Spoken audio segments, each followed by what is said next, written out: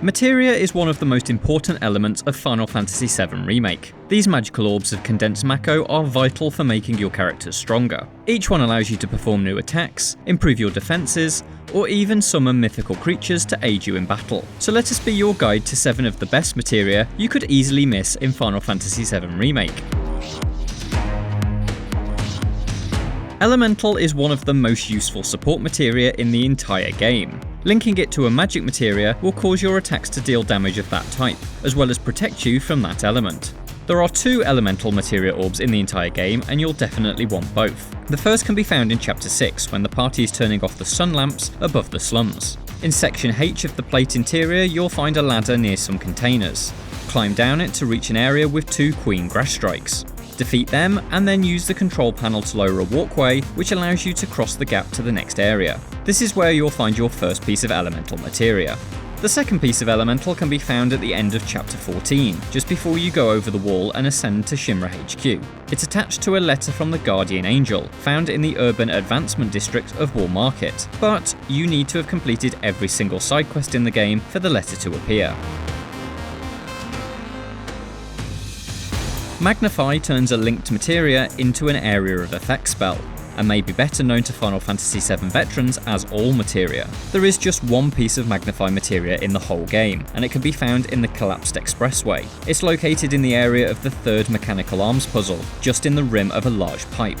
It's actually pretty easy to spot, but unless you take the time to rearrange the crates to allow Aerith to cross to it, it's easy to speed on past it.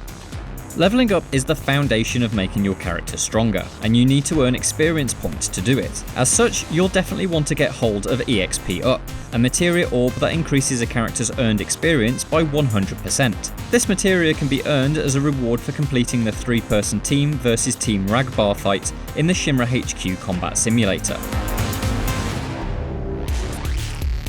At the start of Chapter 14, you'll basically trip over a piece of purple materia by the steps as you leave Aerith's house. This is pedometer materia, which at first glance seems entirely useless. However, you should slot it to a character immediately, as after you've taken 5,000 steps, it will transform into the incredibly useful AP Up materia. Linking AP Up to any other materia will double the rate at which it gains ability points, which are used to level materia up. This is incredibly useful for fast-tracking Chadley's 18th battle intel report, which requires you max out every piece of magic materia in the game.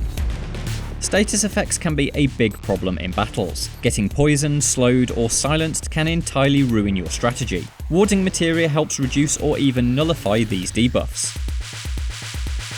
There are 2 orbs of warding to be found in Midgar. The first is in the Aqueduct area of the Sector 7 sewers, which you explore during Chapter 10. Just before you exit the stone tunnels of Aqueduct 1 to get to the Inter-Aqueduct passage, if you head south you'll find an area with some metal bars and assorted junk. On top of a crate, you'll see an orb of blue warding materia. The second piece can be found in Chapter 13, while exploring the underground test site. After reuniting with Tifa, you'll soon find a room full of cages. Head up some stairs and use Barrett's gun to blow the door off the cage on your right. Inside you'll find a warding materia orb. Chocobo Moogle is a summon materia, which calls in powerful creatures to help you turn the tide of boss battles. In this case, that creature is literally a chocobo with a Moogle on its back. You almost certainly won't miss this materia, as Tifa literally points it out to you in Chapter 6. Getting to it, however, is trickier, as it's stuck behind a fan vent in the mid-level of the underplate. Remember this location, as you'll need to come back when you've reactivated the power by turning off the sun lamps. With the power on, you can activate a platform to travel west towards a ladder, which will take you up to a room containing a rest bench and a vending machine. A panel here will activate a 1-minute timer. In just 60 seconds you'll need to go into the next room, kill the grass strike enemies, and then activate the next terminal. This unlocks a door to the maintenance tunnel where you can pick up the red summoning materia. The strongest summon in the game is Bahamut, a huge dragon that casts the powerful Mega Flare ability to decimate your enemies. As you'd imagine for something so powerful, you'll need to put in a lot of work to get it.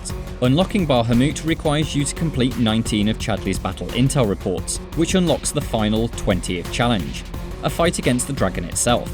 Bahamut is a tough fight, so you'll want to make sure you use your strongest characters.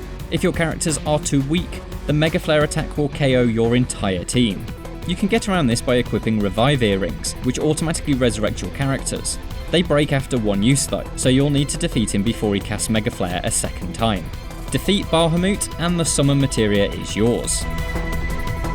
And those are the 7 best pieces of materia you can easily miss, and now you know exactly where to find them. For more Final Fantasy VII Remake, why not check out one of these other videos.